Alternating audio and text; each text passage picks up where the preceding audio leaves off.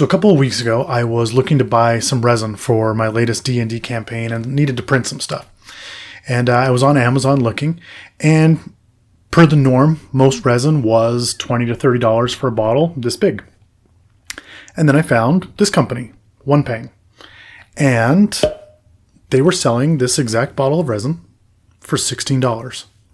And I thought that's pretty cheap, and I didn't have to buy multiple bottles. I could buy just one. And at the time, they had a $5 off coupon. So I thought resin for $11, even if it's awful, it's worth giving it a try. And funny thing, it was really good. It's great resin. I have used this entire bottle. And I reached out to them and I told them how good their product was. And they said, well, hey, we'll send you another bottle. So they sent me another bottle, and I thought, this is the first time I've had a lot of excess resin. What should I do? So I decided to print something big, something that I've never done before with resin. I've always printed little small things, miniatures, things like that. And I got the idea to print something pretty big. And so I started the process of printing a large model. And I've learned a lot along the way. And today I'm going to share what I've learned with you. So hopefully it'll help you, and hopefully you won't waste resin and you'll get some really good prints. So far, the whole print that I've done, I have not had a single failure. So I'm hoping you'll get the same results.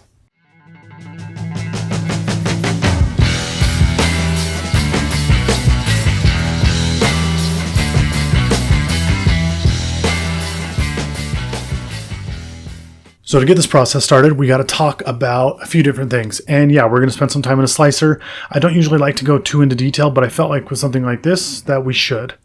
So the first thing that I want to bring up is how to divide your prints. We don't all have gigantic printers. Most of us just have the normal small resin printer. And so if you want to print something large, a lot of the time you're going to have to slice it up. Okay, and this applies to any printer. This applies to resin. This applies to an FDM printer, whatever it is. How do you slice it up? There are various programs out there that you can use. I'm not going to jump into those too much. I'm just going to do very simple.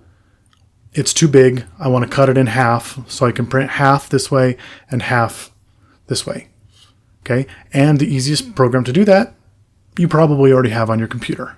Okay, so this is 3D Builder. Anyone who's got a Windows computer is going to have this on there. And what I've done is I've just imported this Canon, we'll say for the sake of this, into this 3D Builder. And let's say it's too tall for my build plate. It's too big. I don't know what to do with it.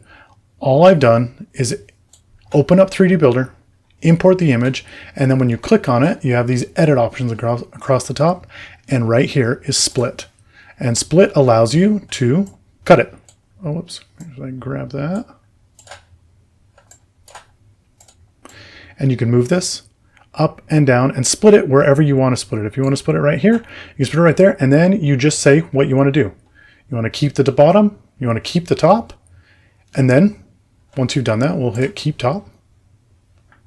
It'll split it for us. And we'll say split. And there it is. You got that? You save it. You can print that.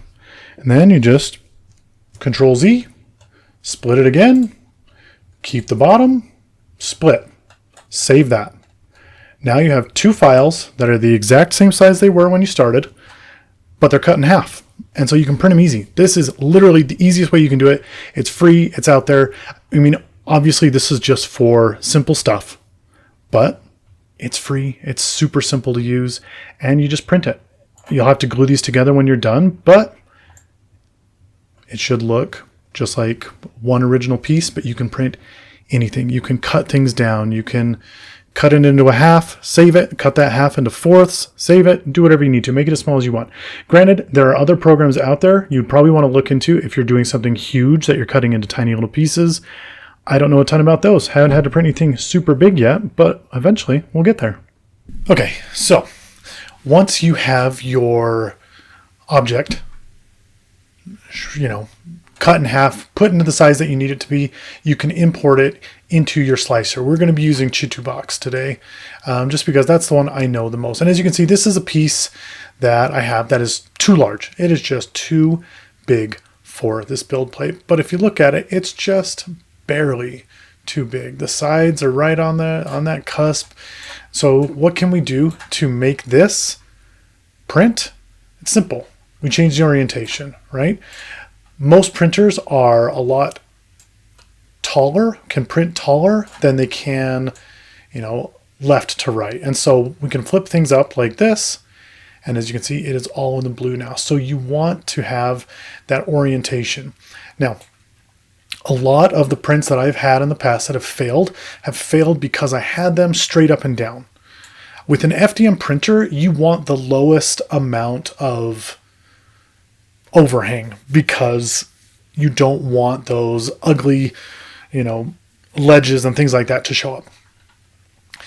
But with resin, the most important thing is that your structure stays stuck to the build plate. Okay, and that's this thing down here is your build plate. And so you want to orient it in a way that it has the most grip to the build plate. So the more surface area you have on the plate, the stronger it's going to be. One of our viewers the other day left a message on the channel that I really liked. And he said that your build plate right here is playing tug of war with your FEP sheet, which is the bottom of your printer. And so every time your print comes down and the light turns on, it's like tug of war again. And you need to make sure that the build plate is the stronger of the two. Because if your FEP sheet is ever stronger than the build plate, it will pull your print right off of the build plate. So you don't want that. So you need to make sure that you do good supports.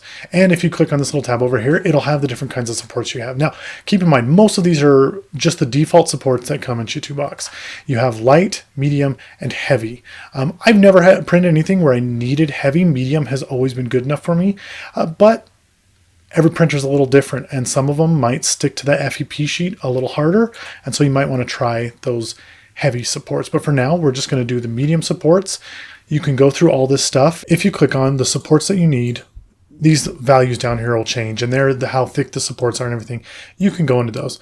But for what we're doing, I'm going to put medium supports. So it shows you right here what it looks like. And then you come down here and you hit all. Okay, and when you do that, it is going to generate supports for whatever it is that you're printing. Okay, keep in mind, on something like this is not good. These supports are not on here. They're probably not going to print. You would want to downsize this a little bit, which you can do. You can always come to the main object and come over here to scale, and you can downsize it a little bit. You can make it 90% or whatever you want like that. And it'll take those supports off, but it'll make it a little smaller when you do that, okay? And so those are things you can do, but make sure if you are scaling something down that you are scaling everything down. Right now, this is not set up for my build plate, which is why it's not working, because it did print on my build plate. But there are other options too. If you want it to be that giant size, like we talked about before, cut it in half. Cut it in half and then print both sides separately. Okay, another thing, if I was to print this like this and it was solid, that would take an entire bottle of resin. Your resin would be gone. And so Chitubox has these cool little things that you can do to help with that. And they're up here at the top. And as you can see, right here is one called Hollow. And if you click on Hollow, it'll ask you how you want this thing hollowed out. So, I want this thing to be pretty sturdy, so I'm going to increase my wall size to 2.4 millimeters. And you might not know how thick that is, but just wait, you'll see. Precision, I always leave that at 0. I'm not 100% sure what that does, but and you can do infill structure. You can put grids inside of something if you're worried about it. In my experience, not usually necessary, but if something keeps failing, might be something nice to try. But then, yeah, you want the hollowing in process animation, and it'll do this. It'll hollow this out, and it'll show you this animation as it goes down. And as you can see now, that is all hollow. So instead of printing this as one solid thing, it'll be hollow. You see how thick the walls are just as that thing goes down. And once it's done, you can come over here and you can click on this and you can kind of see it. And so if you decide that those walls aren't thick enough and you want them a little thicker, up this. And then start over and it'll make them a little thicker.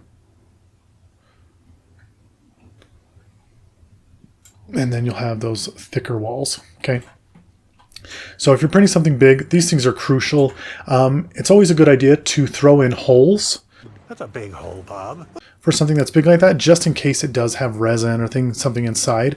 You don't want it to cure and then just have this liquid inside for forever. And so you can come through here, you can change the shape of your circle, the size, the depth, and basically you just click on add a hole, and it will take whatever that hole is and it will put it in the object that you're trying to print, and you could see inside of that. Obviously, resin is a little thick, so on something like this, I would make the hole a lot bigger. I would make the hole probably, let's go, 5. And then I would go in here and do it that way. Now I have this good-sized hole. Alcohol can go in there. Resin can come out of there. You can clean this up and make it look pretty good. And every time you do one of these holes, it will create a little plug. And this little plug, oh, and if you're doing the holes, make sure you turn off the dig hole continuously, or you'll just be running around with that dig hole. But now you have this little hole, and it's obviously got the little one in it because we did that little hole first, so make sure you're not doing that. It's right here. But it will put these on the plate so that you can print them, and then when it comes out, you can just slide it right in there, cure it, and it will look like there wasn't a hole ever to begin with.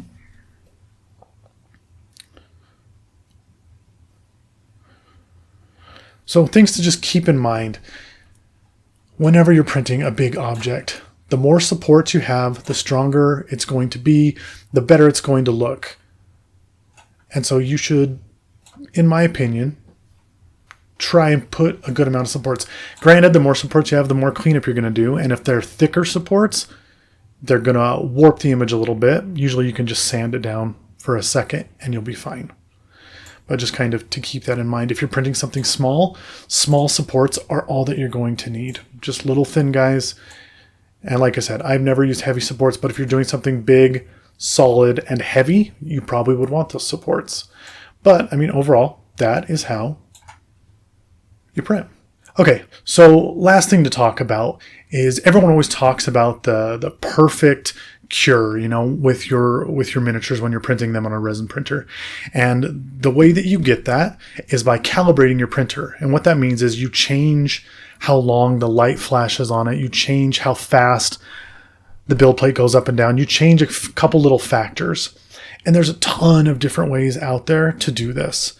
But in my mind, the best one is this thing called the cones of calibration. And I'll put a link to the website where you can download the cones of calibration. It's a small little file that you print. It takes maybe 20-30 minutes. And you can do it 4, 5, 6 times. And each time you can get a little bit closer to that perfect cure, to that perfect print. Perfection. And then once you have that perfect print, you'll know what it is for that resin, and everything you print afterwards, you'll just save that in there. And Shit2Box is kind of cool because it allows you to save those profiles. So if you have different resin and it's a little different with each of them, you can save those for the different kinds of resin. And then you can print. But that will allow you to print large things.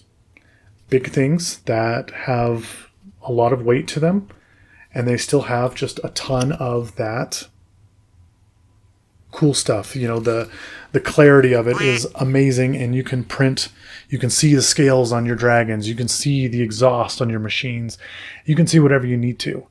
And so hopefully that helps you when it comes to printing larger models. I know that I struggled with it in the beginning, and I know one of my good friends struggled with it in the beginning.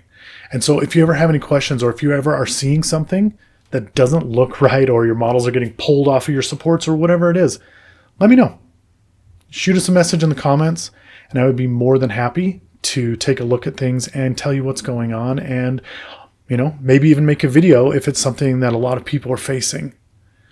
So please just remember, here at Pulsegate, we're all about helping your tabletop experience be the best it can be.